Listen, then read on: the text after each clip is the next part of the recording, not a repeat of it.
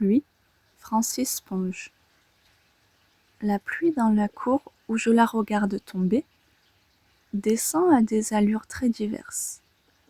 Au centre, c'est un fin rideau, ou réseau, discontinu, une chute implacable mais relativement lente de gouttes, probablement assez légères, une précipitation sempiternelle, sans vigueur, une fraction intense du météore pur.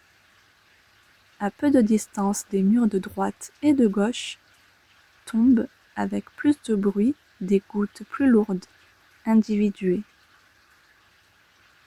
Ici, elles semblent de la grosseur d'un grain de blé, là d'un pois, ailleurs presque d'une bille. Sur des tringles, sur les accoudoirs de la fenêtre, la pluie court horizontalement, tandis que sur la face inférieure des mêmes obstacles, elle se suspend en berlingot convexe.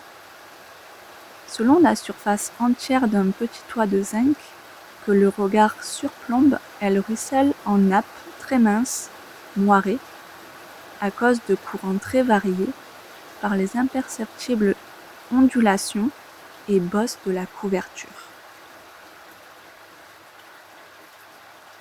De la gouttière attenante où elle coule avec la contention d'un ruisseau creux, sans grande pente, elle choit tout à coup en un filet parfaitement vertical, assez grossièrement tressé, jusqu'au sol, où elle se brise et rejaillit en aiguillettes brillantes. Chacune de ces formes a une allure particulière. Il y répond un bruit particulier. Le tout vit avec intensité, comme un mécanisme compliqué, aussi précis que hasardeux, comme une horlogerie dont le ressort est la pesanteur d'une masse donnée de vapeur en précipitation.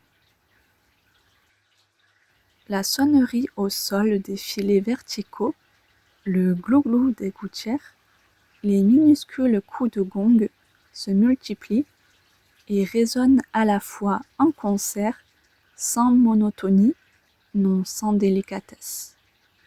Lorsque le ressort s'est détendu, certains rouages, quelque temps continuent à fonctionner, de plus en plus ralentis, puis toute la machinerie s'arrête.